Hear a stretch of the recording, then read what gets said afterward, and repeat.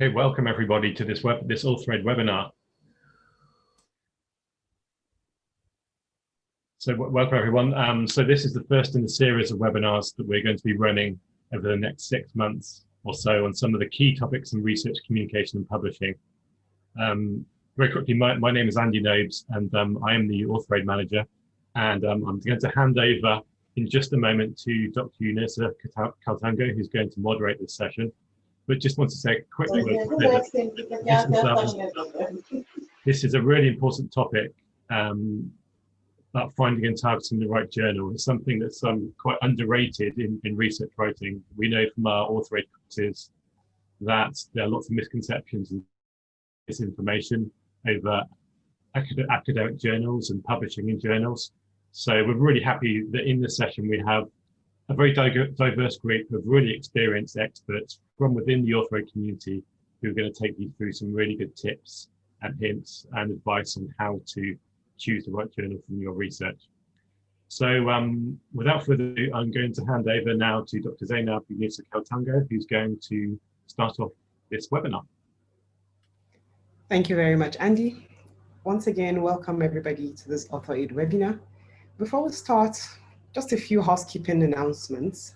So we'll be recording the session and your participation will indicate consent for the recording. If you have any technical issues, please chat or email us at authoraid@inasp.info.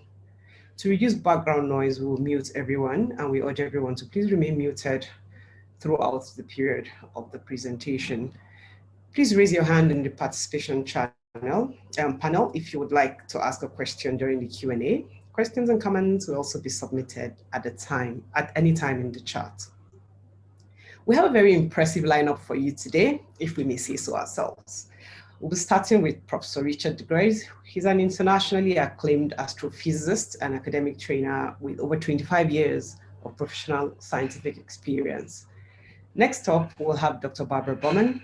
She's an epidemiologist and public health specialist with special interest in HIV implementation science, amongst others. She has over 15 years professional experience. Yep, I said it. We are very well equipped today. And we have Dr. Farooq Azam Rathore. He's a rehabilitation consultant with special interest in musculoskeletal disorders, rheumatologic and pediatric disabilities with over 10 years of experience. I'm Zainab Yunusa-Kaltungo from Federal Teaching Hospital, Gombe, host today. So thank you, everybody. And Richard, please start your presentation. Thank you. Thank you all. Thank you, Zainab. I'll share my screen. I said it was going to be easy, so let's do that. Is this all visible to everyone? Can you? Visible to me, Richard. Good. Good afternoon, Australia, where we are now at the end of the 4th week of lockdown. It's my great pleasure to talk to you today, and I'm very pleased to see that we have almost 100 participants already on the call. So hopefully what I'll be talking about in the next 20 minutes and what my colleagues Barbara and Farooq will be talking about will be useful for most of you going forward in your publishing careers. The topic of today's discussion is identifying a target journal for publication. Now, you might think, well, that's easy, right? We have a journal and we just write a paper for it, but it's not that simple, certainly not in all fields where there is a plethora, a multitude of journals to choose from. So what we'll be doing this evening is we go through the following outline. I'll talk about an overview of journal selection, how to match your submission to the aims and scope of the journal, place your work in context, consider the quality of the journal you want to submit to. We'll talk briefly about predatory journals, although that will also be covered by my colleague, Dr. Barbara Burmen. And in the end, we'll talk a little bit about publication models, open access and things like that. I'm sure you've heard of that already. So let's talk about journal selection in the first place. And why do we care? Well, if you look at the life cycle of a paper, that's you, top left there. You conduct your research, you come up with fantastic results, and you want to publish them. You then proceed to prepare a manuscript, your paper, and eventually you'll submit that completed manuscript to a journal. Sometimes it's the other way around. You might first select the journal and then prepare the manuscript based on the author instructions provided by the journal's editorial board. Once you've selected a journal, once you've finished writing your manuscript, you're ready to submit your manuscript to the journal for their consideration and possible publication. What happens is you submit your manuscript to the journal. The managing editor has a look at your work in a very general way, or perhaps in a more detailed way, and decides whether or not your paper is worthy to go for peer review. We'll talk about peer review more at during our webinar in November, so hang on a little bit. We'll talk a lot more about peer review then. Most of the time, if your paper goes out for peer review, you will get comments back from one or more reviewers after a certain period of time, anywhere between 1 month and maybe 5 or 6 months, or even longer sometimes in some fields. And most of the time, you'll be asked to revise your paper and resubmit it to the journal. And eventually, your paper gets either accepted, which is, of course, a cause for celebration, or rejected. And we try to avoid that, of course. Right. So journal selection here is actually a very important aspect of this whole process of the life cycle of a paper.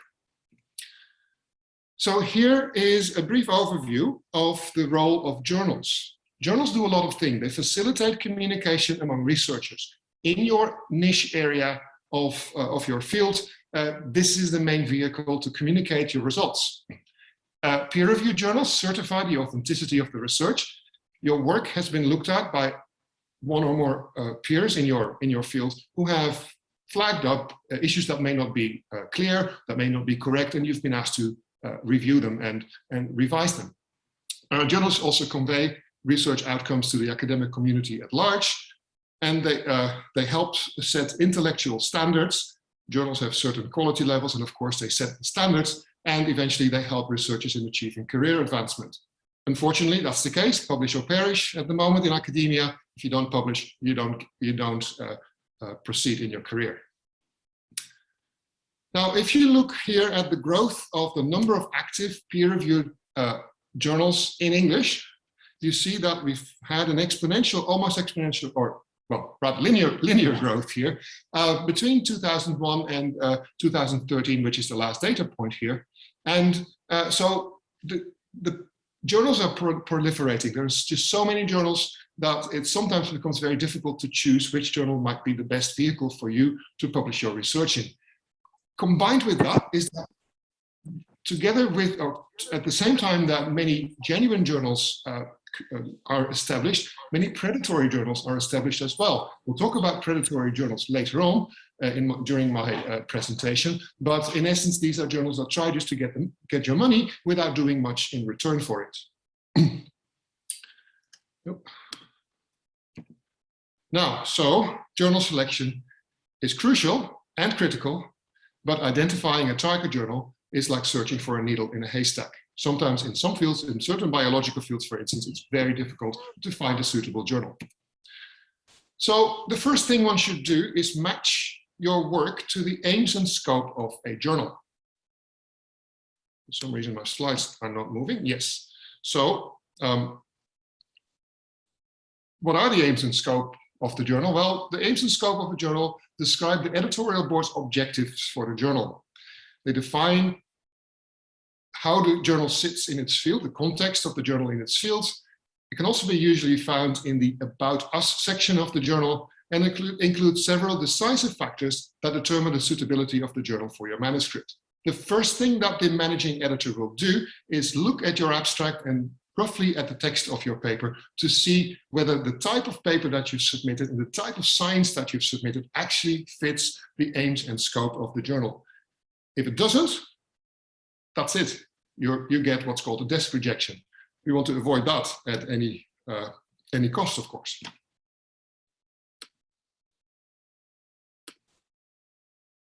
Why is it not moving? Yes. So there are various types of journals, and one can distinguish journals by the scope, by subject area. You have broad scope journals and specialized journals.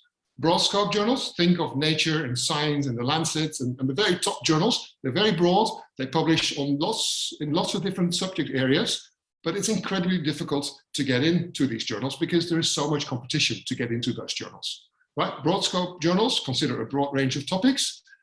They tend to have higher citation rates, which in the publish and perish environment that we are working in today is something that our administrators look for.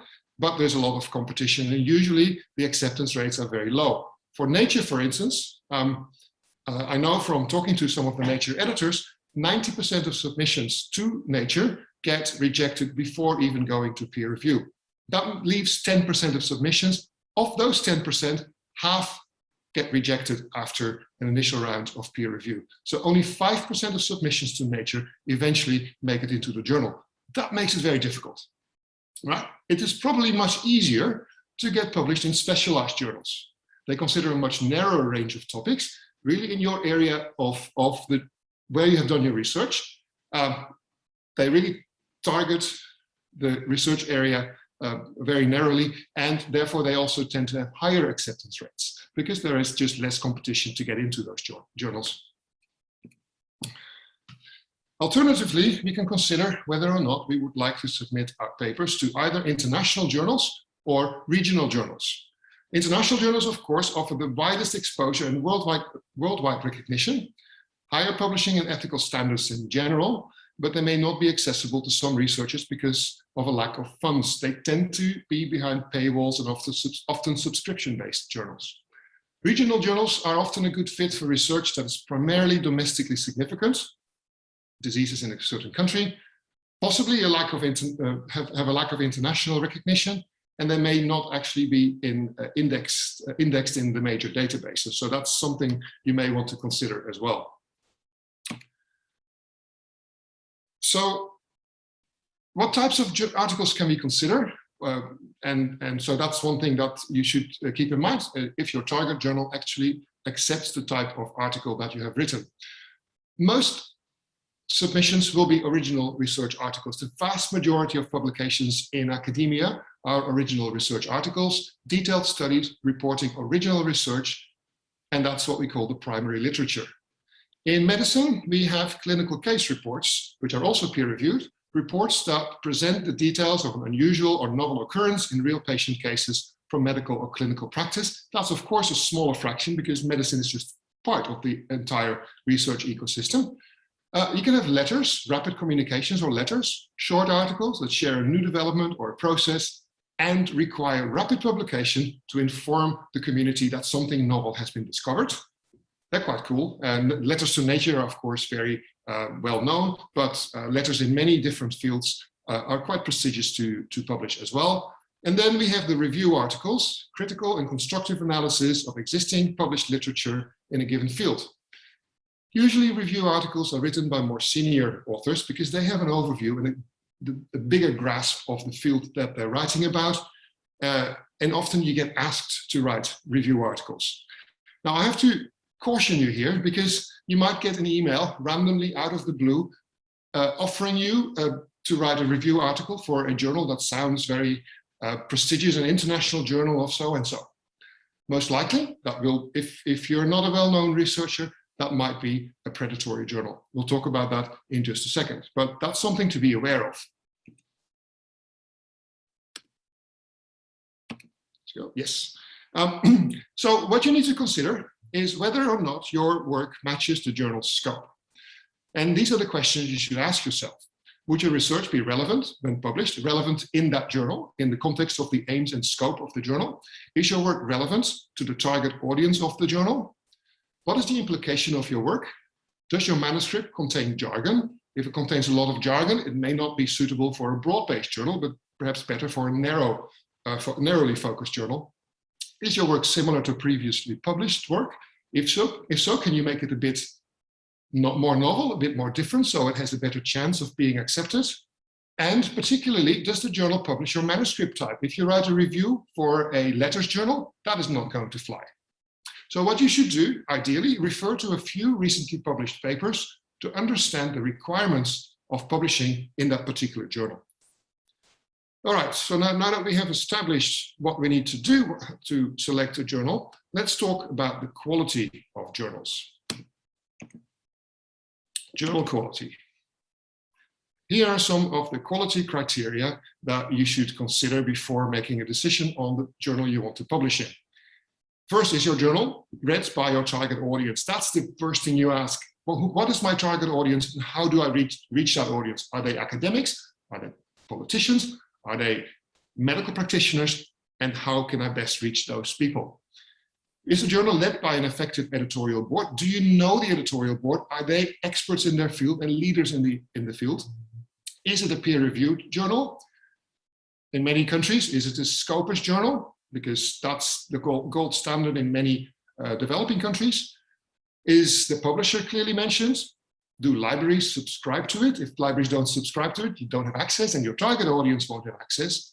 How does it rank compared with other journals? And is it actually indexed? Does it have an international SSN number? So, as I said already, peer review is absolutely crucial.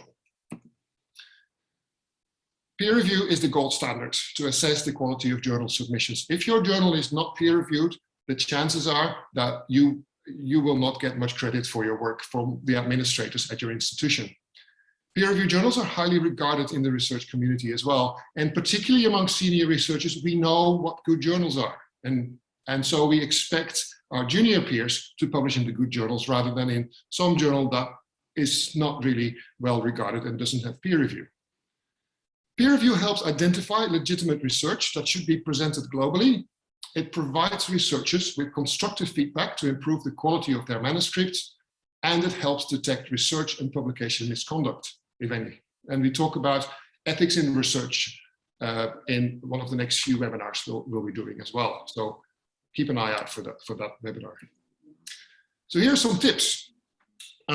Check the following. Does the journal offer timely yet comprehensive peer review? If you promised peer review within a week, it's likely that the journal you're targeting is predatory. Peer review takes time. Most proper journal in the physical sciences, where I'm familiar with the publishing process, take 3 to 5 weeks or even longer. So a few days to a week is not really legitimate, in my opinion. Do the reviewers provide thorough, valuable comments to help finalize your article? Do you get constructive feedback? How many reviewers does the journal use for peer review? Most of the time, you will have 2 or 3 peer reviewers. Nature and Science might use up to 6. In some smaller field, it might be a single peer reviewer plus the editor who provide comments. And then finally, is the editor-in-chief personally involved in the peer review process and the final decision?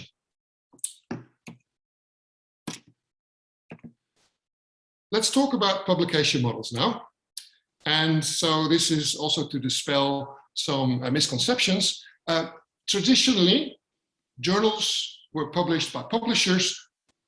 Authors submitted their journals. After peer review, the papers were published in volumes, and your library might buy the publication. And so through library fees, you actually get access to a journal. These are called subscription journals.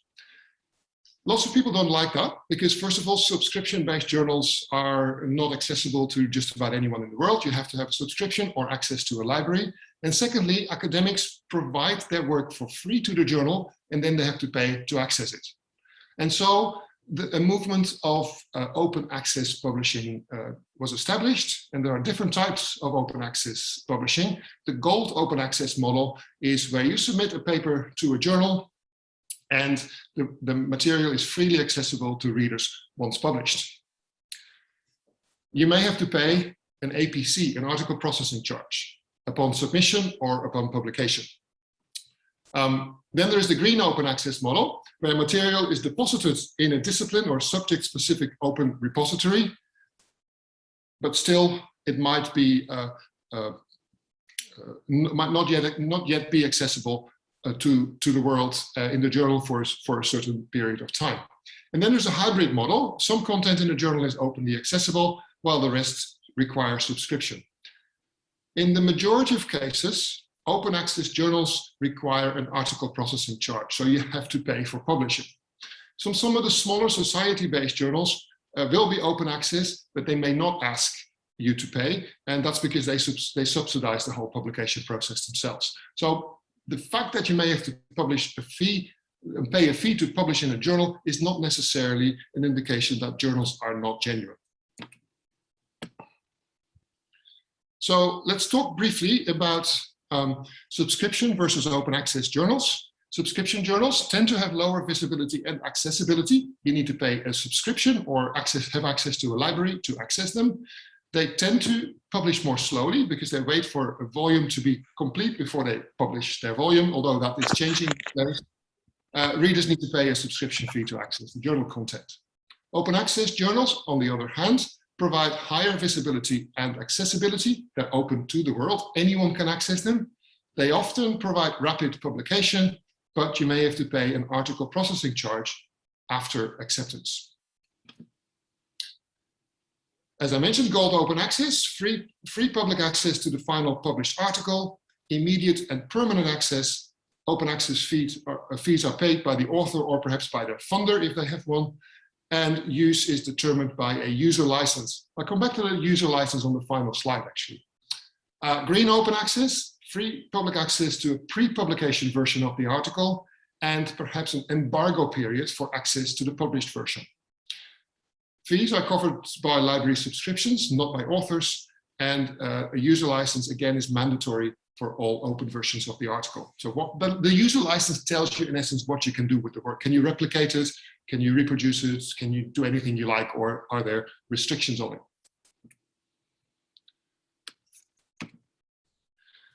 Right, so what are the benefits of publishing in open access journals? And there's a whole variety of them here, so let's just work through them fairly quickly.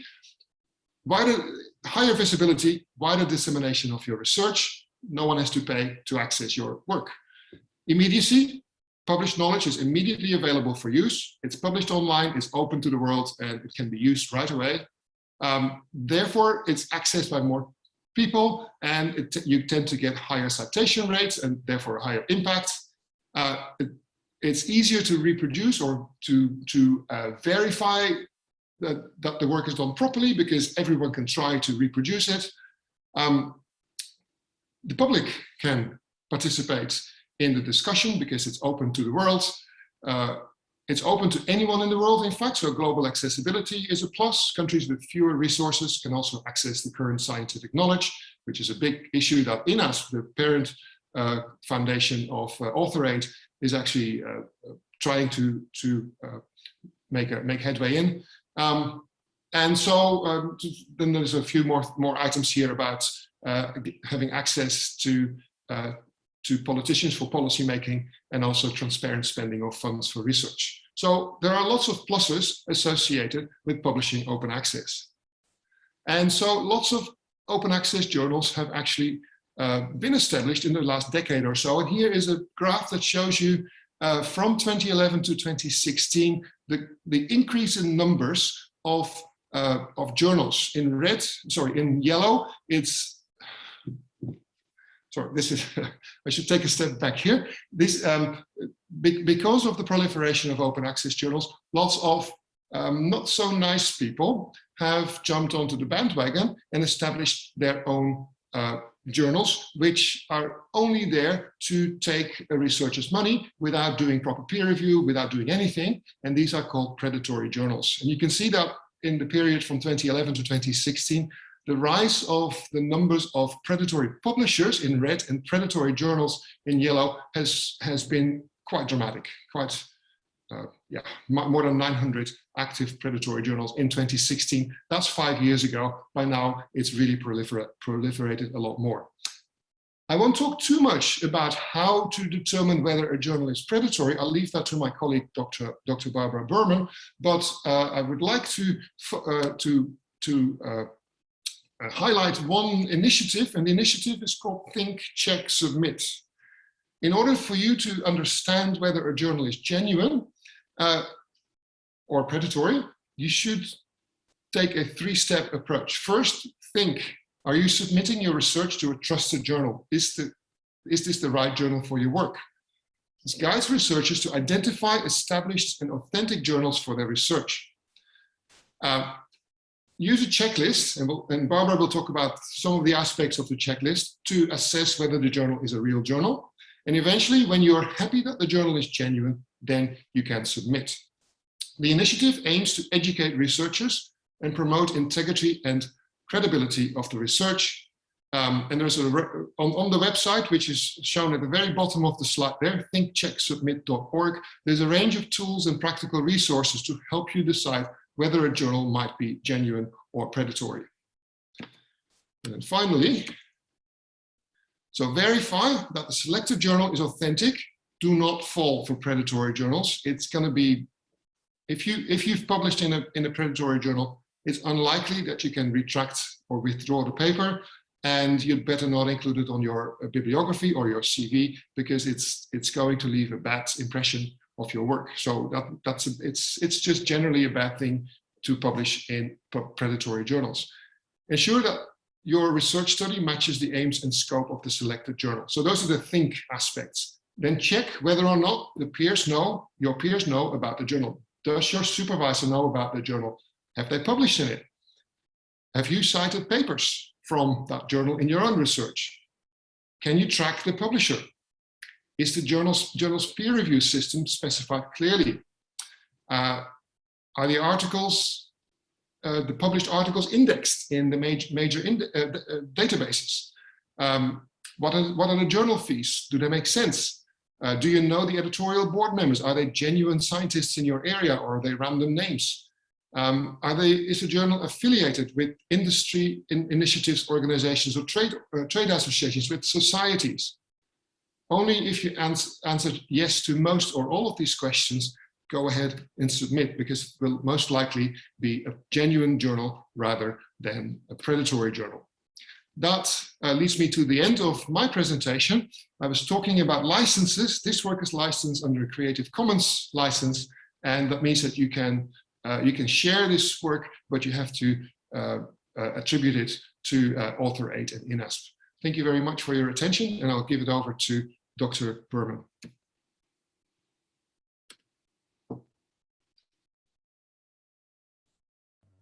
Thank you very much, Richard. So while we're waiting for Dr. Barbara to come in, please don't forget you can post your questions and comments. We have a few that have come in. Just post them during the course of this presentation. Thank you.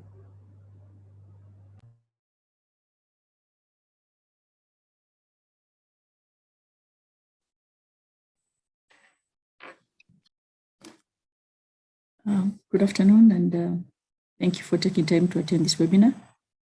I'm going to speak about journal selection tools. Please inform me if I'm not audible enough. So just a few iterations from the excellent presentation made by Richard about some of the considerations for selecting our journal, different journal selection tools and how they actually work, and journal credibility. So we start off with the considerations for selecting a journal. Just highlight a few and maybe go into detail about a few others that have already been mentioned. I think we've talked about the index factor, different databases where your journal is indexed. I've listed a few here, SSI, PubMed, and Scopus. The SSI and SSI is now combined into SCIE. Ethical processing charges. This may or may not include color charges, so it's important to check in the event you need to pay some more for color, and whether in print or in the online edition, whether we have mandatory versus open access, and then we have some databases here that provide lists of open access journals and fees. Adherence of to journal requirements. If you have your article is about 5,000 words. You may not be looking for a journal that will only accept a maximum of maybe 2,000 words, unless you're willing to cut down 3,000 words of the article, which may end up losing a lot of information. Types of articles, specifically focusing on case studies and review articles, which are not published by all journals. Number of illustrations, figures, tables that are allowed, and data sharing protocols. Looking at the scope match, the manuscript must match the aims and scope as described on the journal website. The journal has published similar articles with similar scope in focus within the past 5 years. This indicates that the manuscript is a suitable fit for the journal and reduces the likelihood of an out-of-scope rejection. So when looking specifically at the published manuscripts, you look at the specific topics published by a target journal. Recently published manuscripts in the past 2 to 3 years. Are there manuscripts that are similar to the study that you wish to publish? You could also look at older manuscripts published even up to 10, 15 years ago and see if this is something that has been published before, whether your work builds on manuscripts already published in the target journal. This has been mentioned by Richard, that what exactly is different from what's already there. And you could also look at some of the journals you have cited in your own manuscript and whether you'd wish to publish in some of those. The publication history, I'll reiterate this at the end. The speed of publication, what we'd call fast publication is something between 3 to 6 weeks to fast decision. That is at the point where they tell you it's accepted. After that, they'll schedule when to publish it. And also the number of issues a year. We may have journals that just publish ongoing from, it's like 1 main issue the whole year, or 6 to 12 issues a year, this fast publication.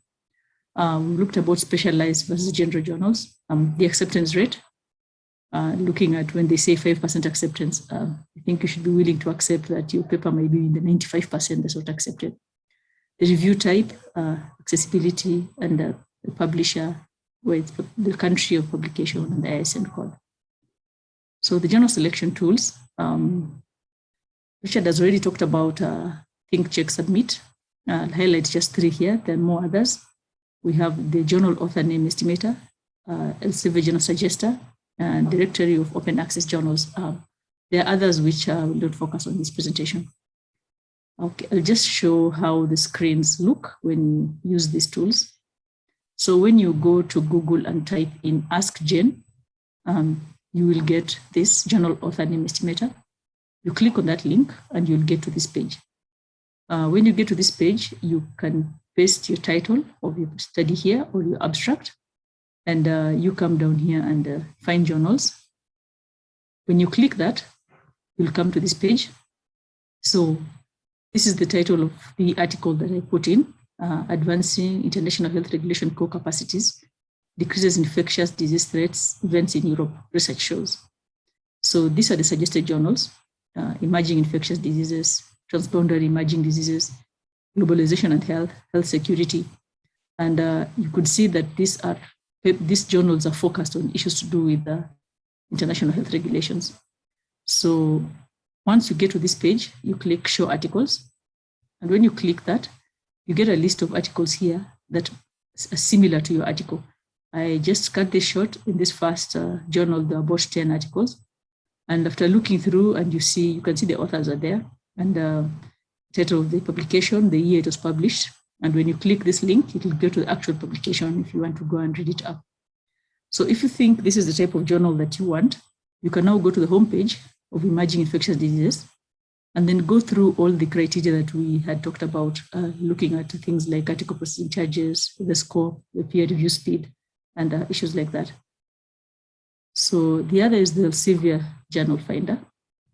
When you look for it on Google, you'll get to the homepage, which looks like this. This is a screenshot. It's actually maybe a bit longer, where you'll enter your title, the paper, your abstract, your keywords, and the field of research. And then you will hit Find Journals.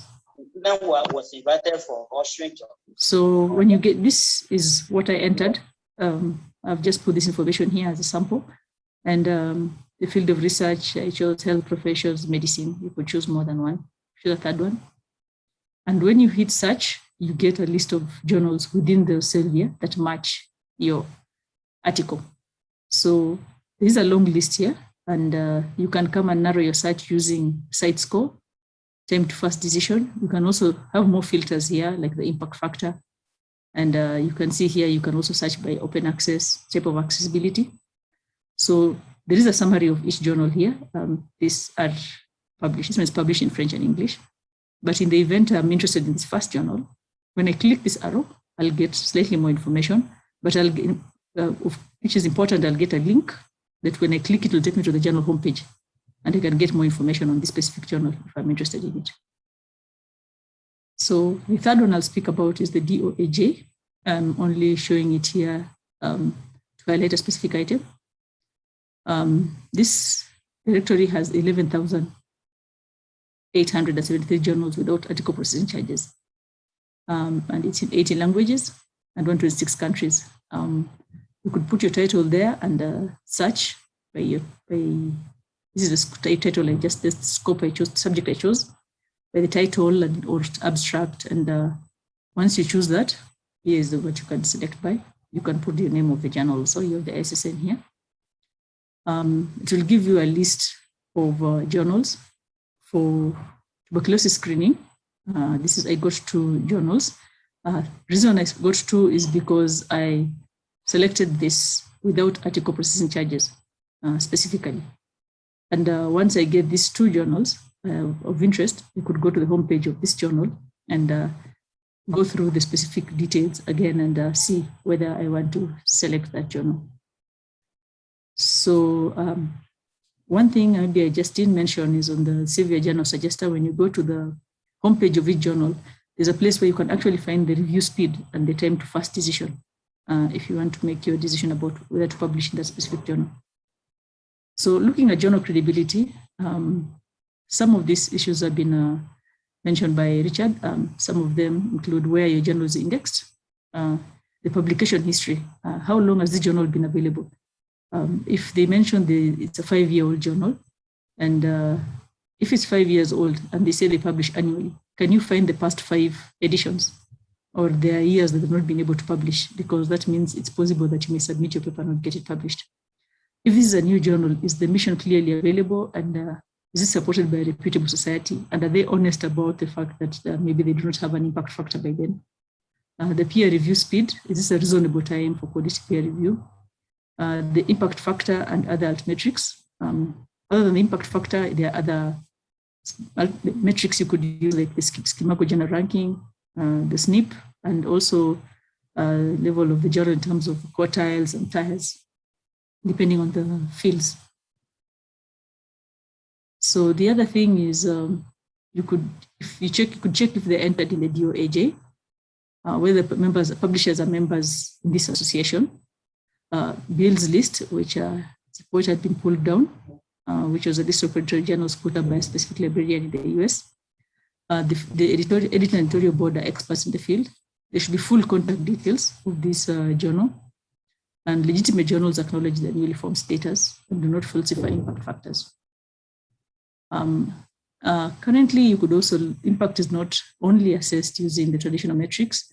You could look at number of downloads and views, open peer reviews, post-publication reviews, citations, altmetrics like where it's stored, the links, bookmarks, and conversations about your article.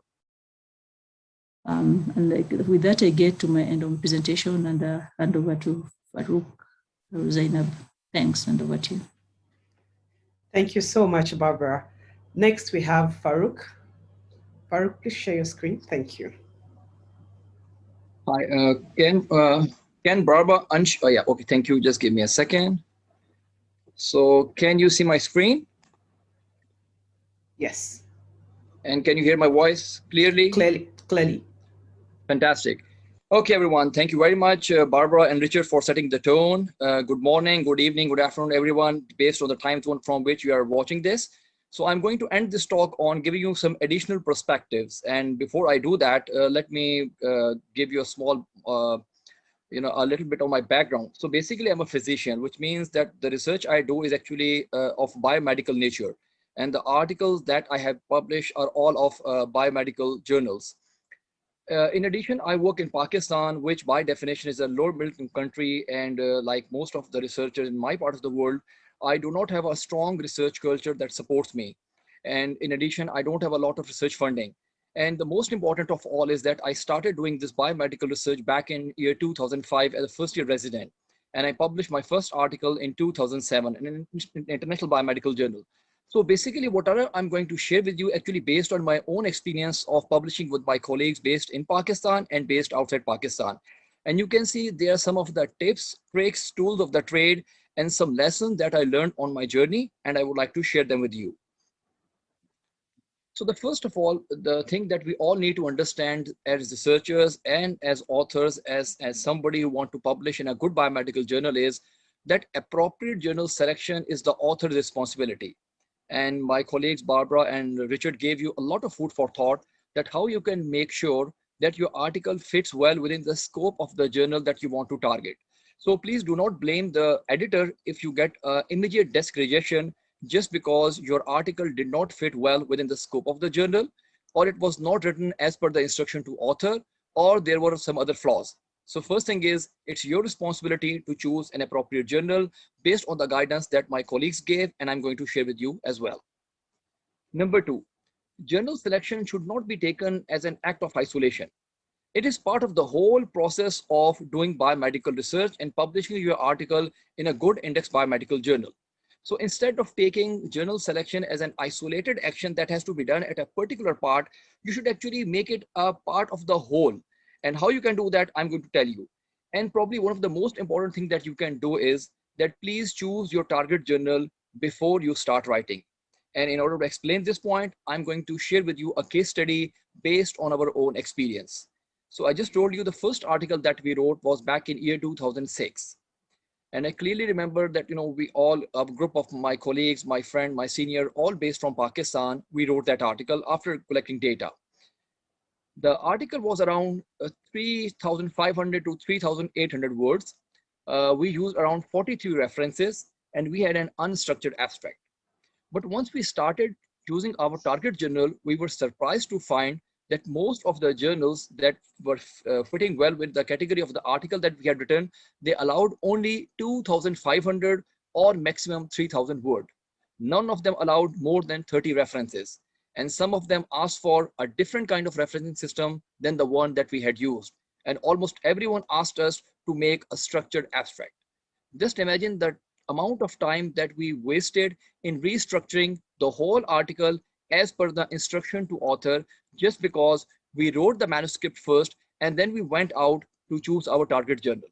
So my advice to you would be that whenever you have done the data collection and run the data analysis and the raw results are in front of you, and now you want to write on that blank computer screen, please stop for a moment and get together with your team and please choose the target journal right before you start writing the manuscript based on the advice given by my colleagues.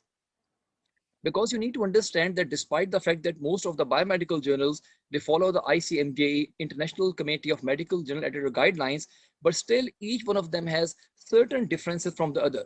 For example, some might allow Vancouver referencing and the other might ask you to do it in Harvard or Chicago style. Some would prefer American English, the other would prefer British English. Some would allow you to write like 3,500 words, the other would not allow you to go beyond 2,500. Some would allow a structured abstract, the other would ask you to go for an unstructured abstract. So one size does not fit all, and that's why you have to choose your target journal before you start writing. And for that, you can actually choose your couple of journals, and then you can actually read the instruction to author to see in which journal your article fits well. And then you have to study a couple of articles from the target journal just to see what is the kind of article that this journal usually publishes. What is the structure of the language, grammar, and syntax that would allow you to write an article similar to the article that are being published in that particular journal. And then you must discuss your choice of journal with your supervisor or your research teacher and your peers as well. And hopefully you're going to get a good journal which fits very well in your scope. Second thing is the issue of this open access and the article publication charges. And we know that the publication model is rapidly changing and many of the journals are now moving toward open access. Open access has many advantages as told by my colleague Richard, and they do have a lot impact on the publishing scene. But unfortunately, when you see the ground reality, sometimes choosing a journal, actually it comes down, do you have enough finances or not? And I'll give you some quick examples. So I would start off with this F1000 research. It's a pretty good journal. And as you can see, the article processing charges, they range from 800 to 1350 US dollars, depending on the category article that you want to publish. But they do say that in the Hinari Group A country, they would allow a full waiver. Fantastic. But the problem lies in this, a 50% waiver or discount to authors whose main funder is in Group B countries. Now, the problem is that most of the Southeast Asian countries and many of the African countries, I'm going to share the list with you as well, they are either in Hinari group or they are categorized as lower middle income country, which means that they are not allowed full waiver. And if you think of someone working in a country like Pakistan, India, Nepal, Bangladesh, sometimes honestly speaking, a 50% waiver on 1350 would like mean somewhere around 700 US dollars, which in many cases actually more than the monthly wages or the monthly stipend that a young resident or a young physician gets in this country. So it means that it's almost impossible for someone to publish in these kind of journals. Another example from Dove Press, again, the same issue. So LIC would get 100% waiver, fantastic and a great step. But what about the lower income countries, again, like Southeast Asian countries? BMC is Biomed Central, and they publish a lot of really good quality journals, high quality, impactful journals, which are indexed in different databases. But the problem is, as you can see, now their classification is based on this magic figure of 200 billion US dollars, which means that countries like Pakistan and India are excluded from getting this waiver. And even if they get a waiver of 50%, I know many people from my part of the world who are not able to afford that 500 to 750 US dollar for publishing a single article. So sometimes, yes, while you are choosing a journal, money does matter.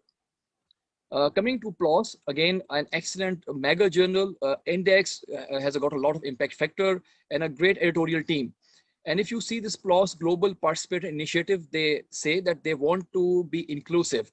But surprisingly, if you see, they have divided the countries in two groups in which they offer waiver.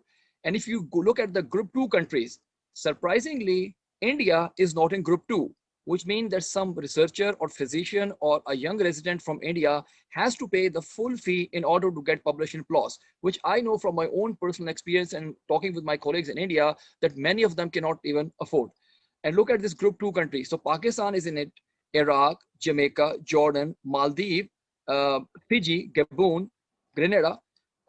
Because I have a lot of friends living in different countries, specifically in LMIC, I know for sure that many of them are sometimes not even able to pay these things because of lack of resources, because of lack of institutional support.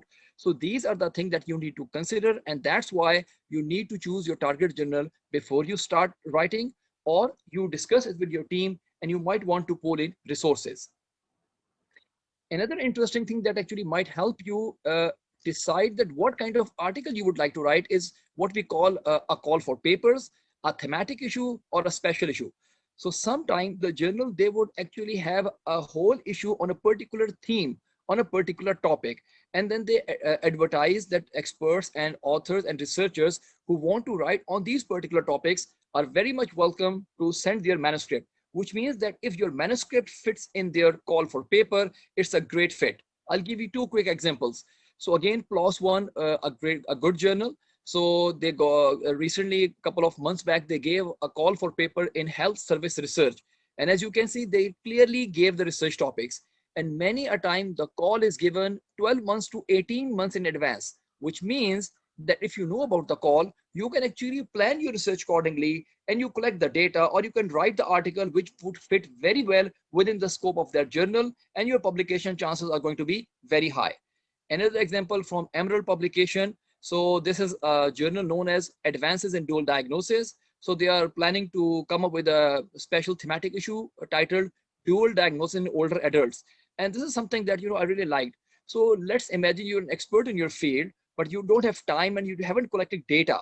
But if even you're an expert and you have an opinion, and if you have a commentary or even a personal view, this journal or this thematic issue would allow you to submit your manuscript in form of an expert opinion, commentary, personal view, and this might get published if it is according to the instruction to author. So this is something that you might want to consider, a call for paper or thematic issues. Similarly, an example from Spinal Cord, one of the most reputable journals in the field of spinal cord medicine. And as you can see that recently, a couple of months back, they gave out a call on systematic and narrative review related to spinal cord injury. So if someone is working or wants to work on systematic reviews in spinal cord, probably spinal cord in a journal that they should target. Apart from that, I was while I was doing literature search for this particular presentation, I came across this very useful article which is titled "Ready, Aim, Fire: Targeting the Right Medical Science Journal."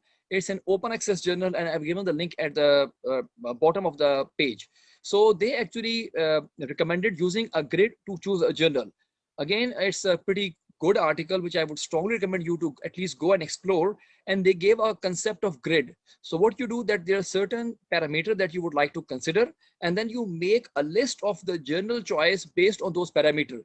And you might want to give certain weightage to different factors, and then you decide that whether it's your choice 1, 2, 3, 4, and so on. And it would actually make your life pretty easier. So please go online and explore this article full text. Apart from that, if you have good research funding or you have resources and you want some experts to do the job that you're looking for, so I would recommend you might want to explore these kind of services. For example, one of them is being provided by EDENS, and this is actually a journal selection services. So, you know, for a certain amount of fees, they are going to do the journal selection for you. And they would give you actually a pretty comprehensive report, and a sample of the report is available online. I've only shown you a screenshot of one of the pages, and they would give you a list of 3 to 5 journals. And then they would give you the reasons that why one journal is better than other and what of the journal fits well with your research. So again, it's a great service, but it would cost you money. And if you have got resources, I would say, you know, you might want to explore this option as well. Dr. Barbara just gave you a list of online journal selection tools. And, you know, apart from that, there are many others as well. So it all depends on you, your level of comfort. So for example, this is Web of Science group have just launched their manuscript matcher. And because, you know, that Web of Science is one of the most reputable websites. So you might want to explore this one as well. And you have to put in your title, your abstract, and they give you a whole list of possible matches. And then you can filter them down by Web of Science coverage, open access, their category, country, region, language, frequency, and JCI report. Apart from that, EDENS also has a journal selector tool, which has around 28,000 journals and more than 1.2 million abstract to find the journal that closely matches the article that you have written. And there's another service known as findmyjournal.com. So the most important thing probably to understand is that, you know, once I started with biomedical research and writing 15 years back, none or most of these resources were not available. They were not in existence. And now these tools are with you, which means it has brought more transparency to the process. It has made the process easier for you. And while sitting in the comfort of your office or your maybe home, you can actually find an appropriate journal for your article, following the advice that me and my colleagues have just given you.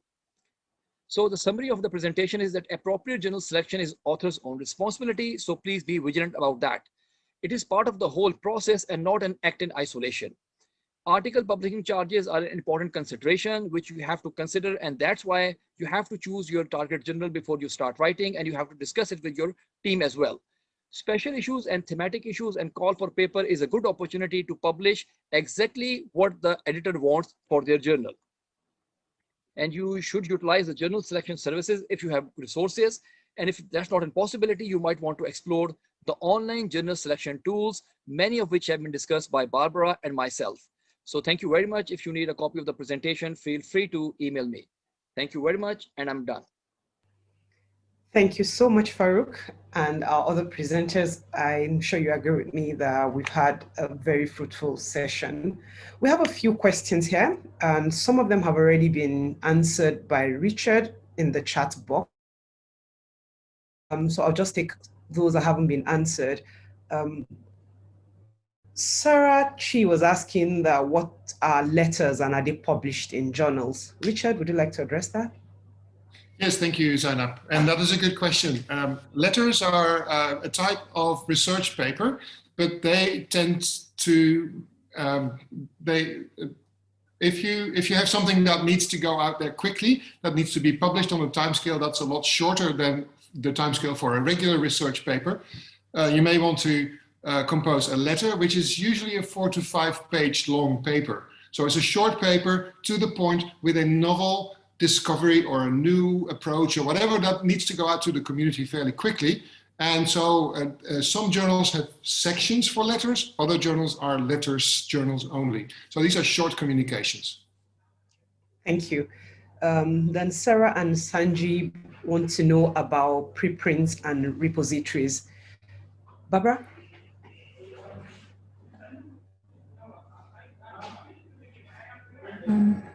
Thanks for your question. There are journals that allow you to deposit your accepted manuscript in a repository as a preprint before it's actually finally published. I think that answers your question. Yes, thank you. Nabil has a question. He says some of the higher ranking journals get out from Scopus Index Q1. So is it normal for a Q1 journal to leave that indexing platform? And how will authors recognize that? Maybe Farooq should take that.